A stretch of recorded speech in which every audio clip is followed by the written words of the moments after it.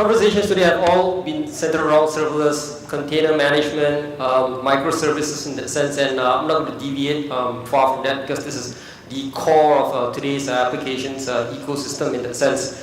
And give you a sense, this is who I am. I'm based out of Singapore, so I'm a Farang here in Thailand, and Chandi Put Pasar Thai, sorry. So the thing is that I'm going to be talking a lot about the container aspects and also in terms of Kubernetes and what we at VMware and Pivotal and also Google have to offer in that sense from our point of view, our kind of collaborations. But before that, I think it is worth for me to spend some time giving you some insights about the traditional kind of software engineering kind of paradigm and how it's actually evolving into the container kind of a world, their pros and cons that will help you facilitate your discussions with your leadership in order to move forward with the transformation. Right? And traditionally, your software development methodology has pretty much been a waterfall kind of a system in the sense. And that creates, a lot of issues in the sense that you have a lot of these lower developer kind of a productivity, and at the end of the day, you have products that are shipped out that does not even meet customer kind of requirements, does not even meet your internal development kind of requirements in that sense. And at the end, and also you have a lot of these kind of quality issues, very unproductive, right? With the waterfall model, it goes through a few steps, and it takes forever, kind of like forever to actually ship out a particular feature or ship out a particular fix. Doesn't make sense. There was a video this morning that talked about the way Pivotal is changing that and how we from an infrastructure software company would actually help you to facilitate that change in that sense.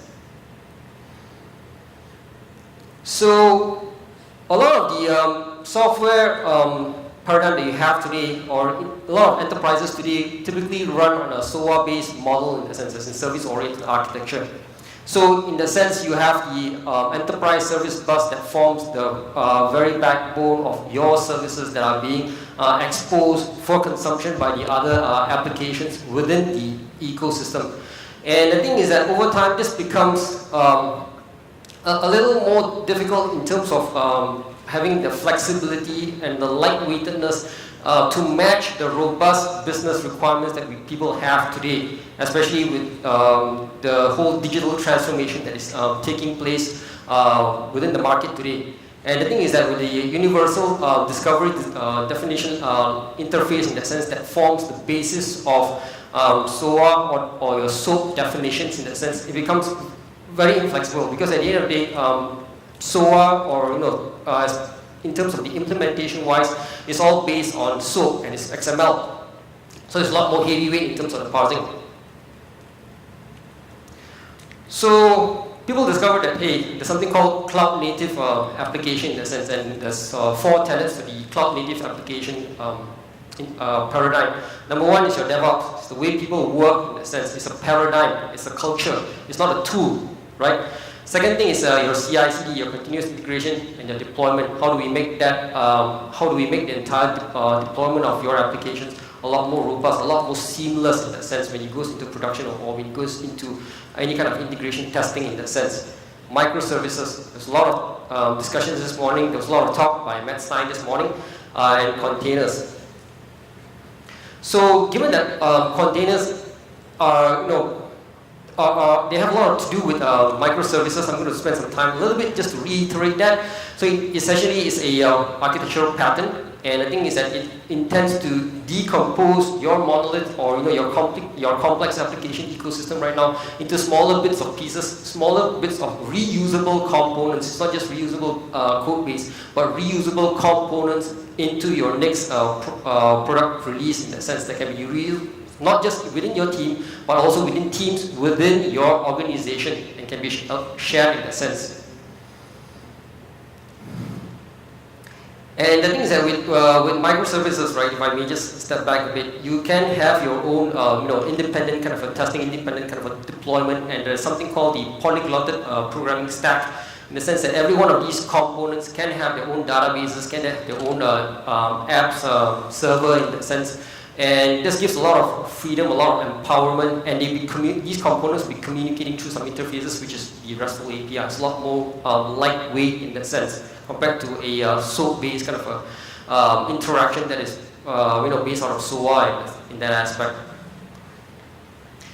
And containers. Now the thing is that you might argue that, hey, microservices, you can also actually build that without containers. Yeah, great. But with microservices comes the it's actually very powerful when you talk about its reusability capability in that sense. So in order to make that more reusable, it needs to be the whole reusability paradigm needs to be seamless in that sense. So how do we actually achieve that seamless ability? Containers, because the thing is that you want to be able to deploy a particular service, a particular microservice in a consistent manner, and that's where containers actually facilitates that. So I thought I would actually articulate some of these differences between microservices and SOA. I'm not going to read through all that. The slide will be made available to all participants, I believe, at the end of this session. But at the crux of it, right, understand something that SOA is very centralized in that sense in terms of its nature. And the thing is that with microservices decentralized, and that of course gives rise to something called the API gateway or the API economy in that sense, because a lot of your services right now they're typically developed using RESTful-based APIs. And the thing is that your components will be exposing their endpoints to another components to be talking through the API gateway in that aspect. And your security kind of paradigm will be very much what we call JWT, as in JSON Web Toolkit, and also in terms of your end-to-end kind of authentication, endpoint kind of authentication will be based on OAuth rather than something that is monolithic in nature, a big chunk of software. But then the thing is that in microservices you have these chunks being decomposed into its relevant individual forms that is pretty much polyglotted in some sense. You can have that as well. So from a stack point of view, this is how it actually looks like. So every one of these applications, you can have your own database. You can be having applications that are built with, say, NoSQL, or applications that are built with SQL, standard RDBMS databases in that sense, and having a different kind of a cycle in terms of your releases, and having different kind of CI/CD tool sets as well. But of course, with great powers comes great responsibilities, as get the quote from Spider-Man. You have to coordinate these releases of the microservices, so nothing comes for free. Now the thing is that with the whole platform kind of space, right, or container kind of space, or the whole CNCF kind of a stack, there's a lot of tools out there. It can be very confusing for you to pick, and where do you start, right? I mean, if you take a look at this, say like the provisioning space, there's so many of them in there. So the secret is not about having so many tools in there. Very importantly, you actually need a platform that consolidates the relevant tools for you to do your job in that sense, as a developer or as a DevOps architect or engineer in that sense. Very importantly, the software development world is actually heading into a serverless paradigm in that sense. Now it's being alleviated. Now at the very bottom, right, you have your standard hardware, your infrastructure as a service layer. Then the thing is that you have your container orchestration, you have your PaaS in that sense, which is your platform as a service. But ultimately, where you want to head to is in the whole serverless paradigm. And why serverless paradigm? Because the thing is that with the serverless paradigm, you pay per execution. You scale as and when you need. You scale your applications as and when necessary in that sense, as opposed to having a PaaS that way you have all these services in there. You pay regardless of whether you use them or not. All right? And the powerful thing about serverless is that you're thinking of it more from a function as a service. Okay? Think about it from a business function as a service. Now, and this is also has a lot of relevance or tie-up with microservices in that sense. Because in the standard kind of a SOA world or the SOA paradigm, a lot of it came from a technical kind of a driver in a sense. Whereas, the microservice or serverless kind of paradigm, you're thinking of it more from a functional standpoint that actually mirrors your organizational structure as you transform yourself into the digital space. And the thing is that Nigel also talked about serverless earlier on, and you might be thinking, hey, what are the kind of use cases that are relevant for serverless? Now, if you are doing, say, your standard Hadoop map reduce type of jobs, it's a very relevant use case for it, because the thing is that with your Hadoop workloads, right, you go through your input stage, your mapping stage, your aggregation, and then your sorting stage, and then your aggregation, and then your output. It's a very ideal thing because it's all within serverless. Take note, it's all driven through events anyways. You trigger that particular event to do a particular map reduce type of job and pay only for that particular instance of map reduce when you actually fire that up in that sense. Second thing is in terms of doing machine learning type of work, especially when you want to train your models in that sense. There was talk about, mentioned about TensorFlow earlier on. As an example, when you want to do your deep learning training of your models, that actually requires adjustment of your weights in that sense for any one of these edges within your deep learning models in that sense. So that is also another ideal candidate for serverless. Another one is in terms of your ETLs, especially in the transformation part of it, right? Because the thing is that your transformation is the most complicated part within your ETL or even your ELT space in a sense. This is a very good use case because transformation, you can be changing your data in any kind of a format, any kind of a transposition, any kind of a output. You do a lot of that, especially if you're in banking. You do a lot of that, especially when you're in telcos. You want to say take your data out from a standard switch in a sense, from an OSS or BSS switch. And the thing is that you're going to do transformation before you actually report that to the reporters from your performance management standpoint. You're going to convert, say, your raw data that is in CSV into something that's consumable. So the transformation has to happen. So this is also another candidate for serverless. So we at VMware Pivotal, we have something called the PCF stack, in the sense the Pivotal Cloud Foundry, to address this change. And on the platform as a service side, okay, we have something called the Pivotal Application Service. So this is a platform that handles, you just push your application in a sense without having to bother in terms of your setup of the what you call infrastructure, without having to worry about the setup of your databases, your app server, because it's all there anyways. Second thing we have is the PKS, the Pivotal Container Services, which is Kubernetes lifecycle management system. I'll talk about, and also PFS, there was a talk earlier, that's going to be released sometime at the end of the year. And this is all coupled together with the capabilities of monitoring and analytics from VMware's offering of vRealize in that sense. More about that later.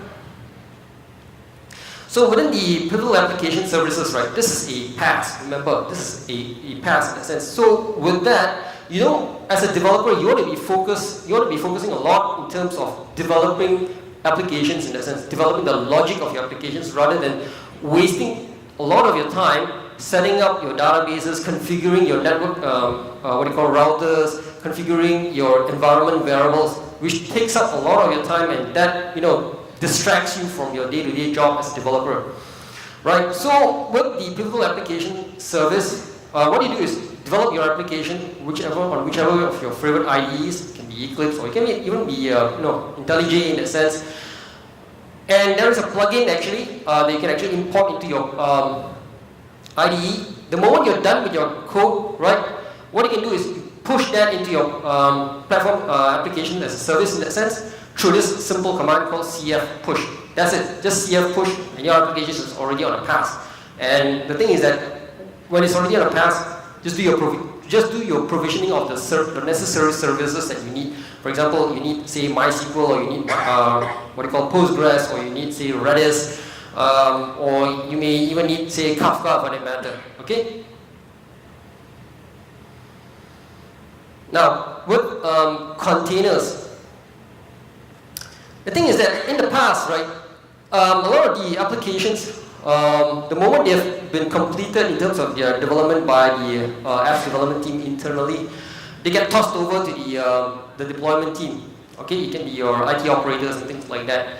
And that has created a lot of issues because you get a lot of this inconsistency in terms of your environment variables, in terms of your release versions, and also heaps of other stuff in there. It takes out a lot of your, it's not a very productive kind of exercise, right? So that's why we have this whole notion of containers, and very importantly, they address these 4 tenets.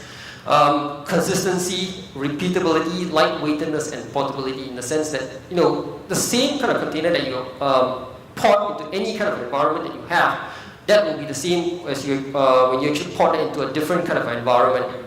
All right.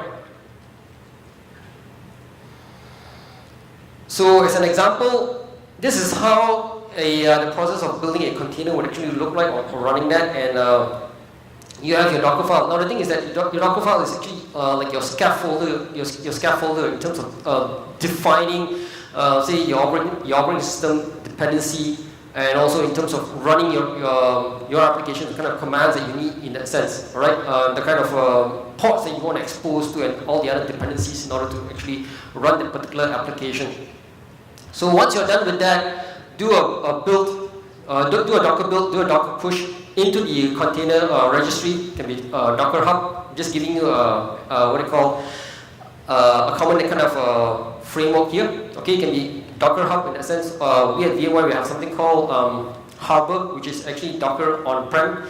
And once that's done, just do issue out a Docker run command. A Docker run command in that sense, based on what you have actually checked in that sense, and that's where you get your finalized container. Your running container in that sense.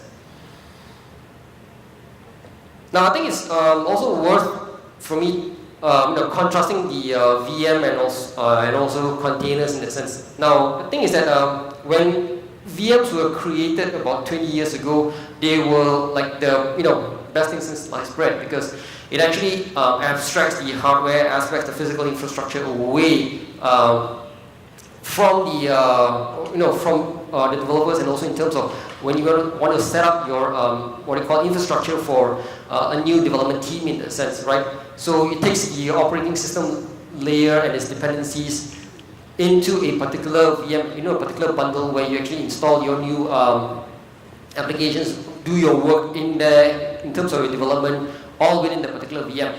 But over the years, that has proven to be a little heavyweight.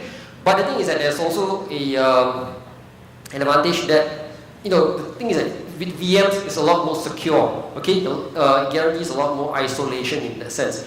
With containers, you're looking at having the OS dependencies and the application. So it's a lot more lightweight, but you're sharing the same kernel space. So that can be a security issue in that sense. So no good, no bad. You just have to look at what your situation or what your requirements are.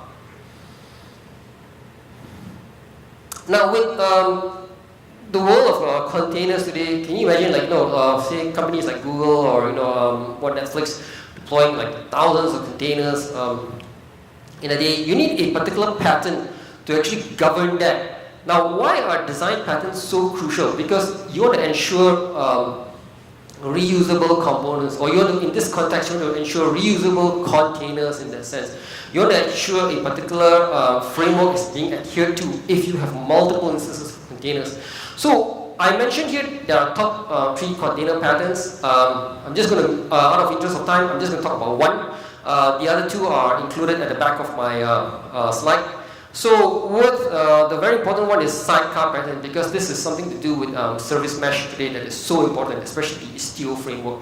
Now the thing is that with the sidecar pattern, right, this is actually analogized after a when you look at it in the vehicle kind of market, you have a motorcycle and you have a sidecar being attached to it for the additional passengers, for the third passenger sitting next to it in that sense. So that means that when you have your main application running, you can actually have a separate application that is tied to it. For example, you can have your monitoring, you can have your logging capabilities, and you can have your API gateway being attached to the main application, and they are in separate runtime environments in that sense. Okay, what it does is it ensures isolation, it ensures separation of concerns.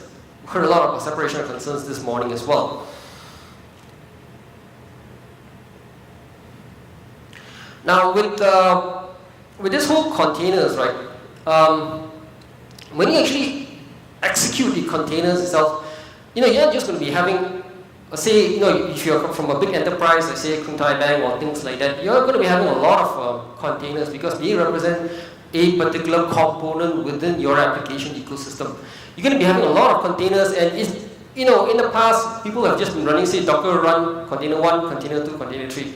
Then comes the whole concept of container orchestration. That's where you have Docker Swarm, and that's where you have Kubernetes as well. In this context, I'll talk about Kubernetes. Now the thing is that, imagine if you're going to be running, say, thousands of containers, right?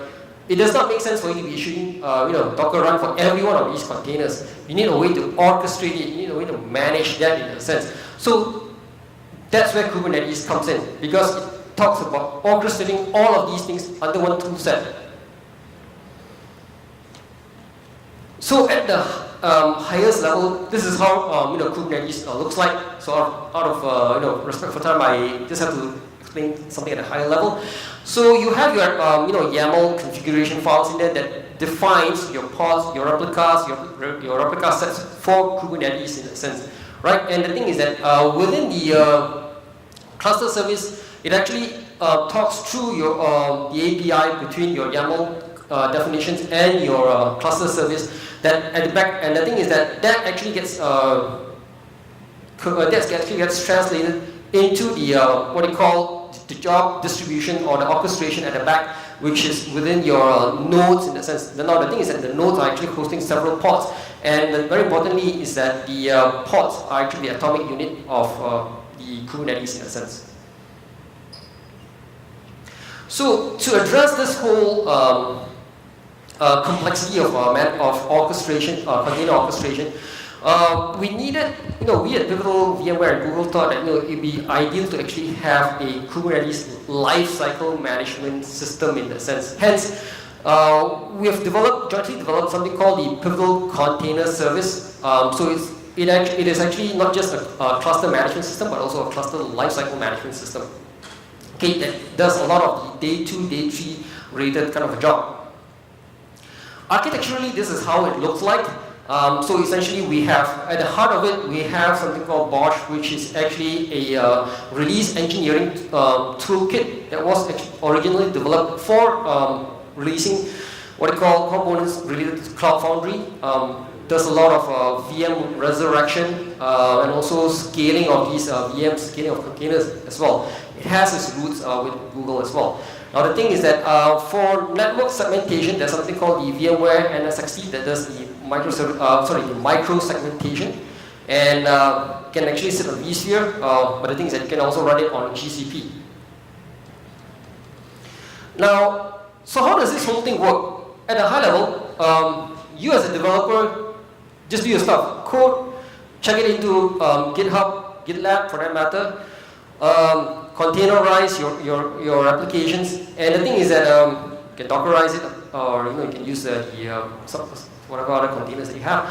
Once that is containerized, and the thing is that check that in. In this particular example, I thought I'd highlight something called the Harbor project that VMware actually that actually built. It's part of the CNCF right now. It is actually a Docker registry as well,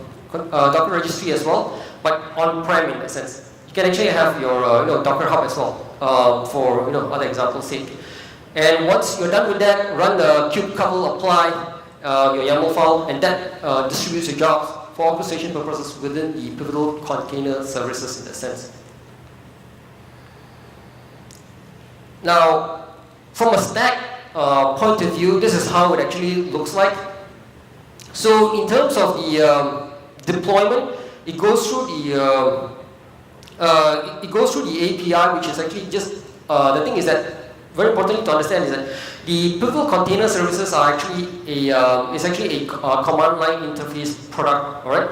So the thing is that the moment you issue PKS cluster update K8S3 worker equals 5, it goes through your controller layer, which is your command line interface, and then the thing is that it goes through the deployment stage, which is at Bosch in that sense, and there's something called the CPI cloud provider interface that actually talks to various IaaS providers like at this point of time GCP, and we will be having that with what we call Azure and AWS sometime later this year or early next year in that sense.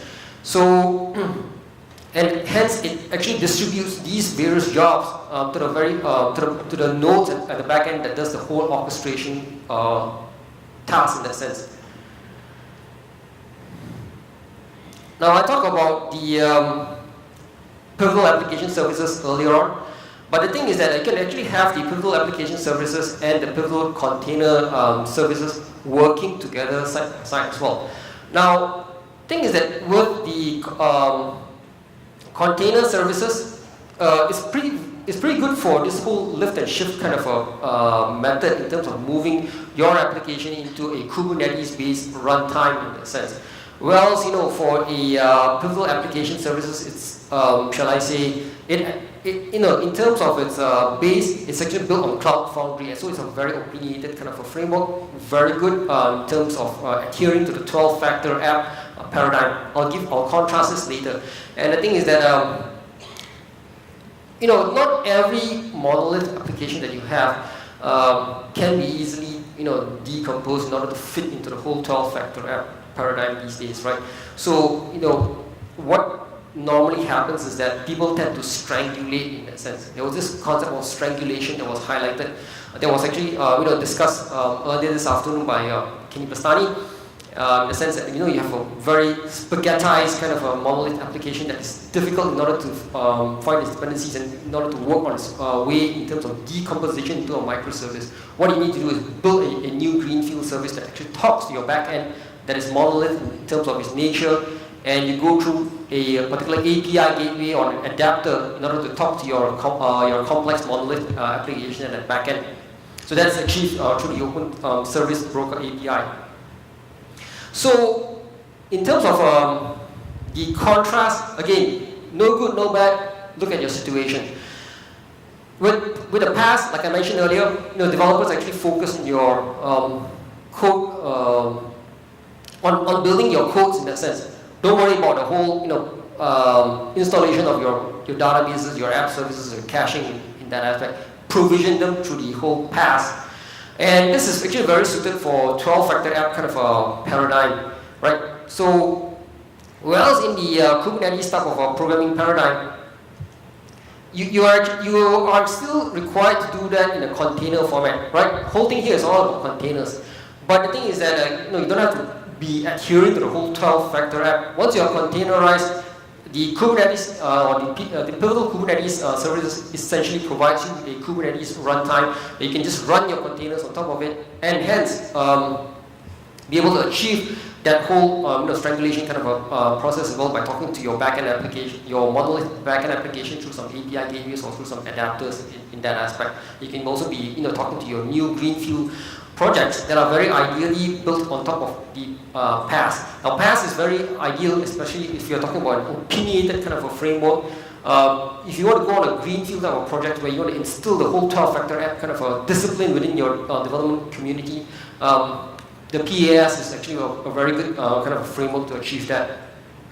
Whereas, you know, Kubernetes, you know, it's just a runtime engine in that sense. It's not non-opinionated.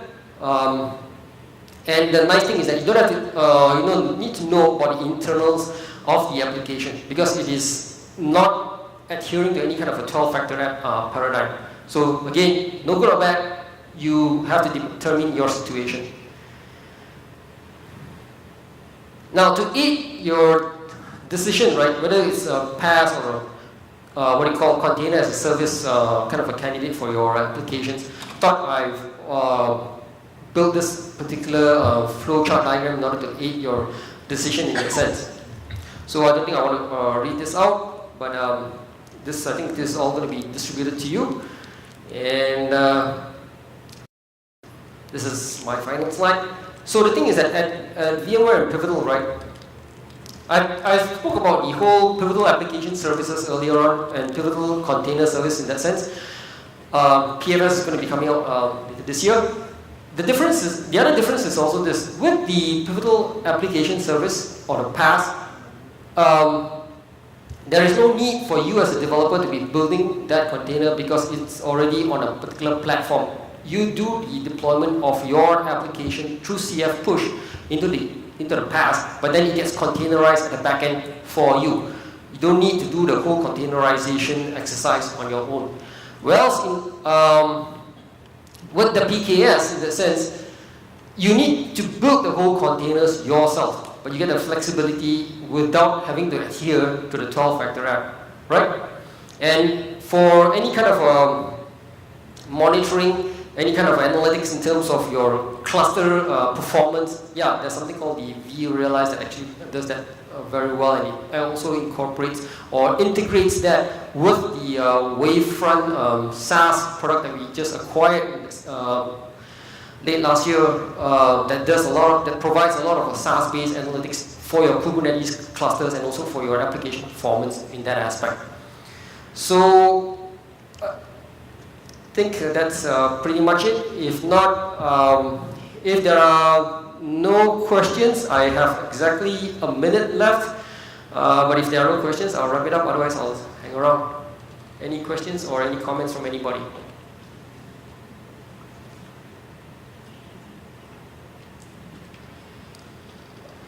Okay, great. Thank you very much. Thank you.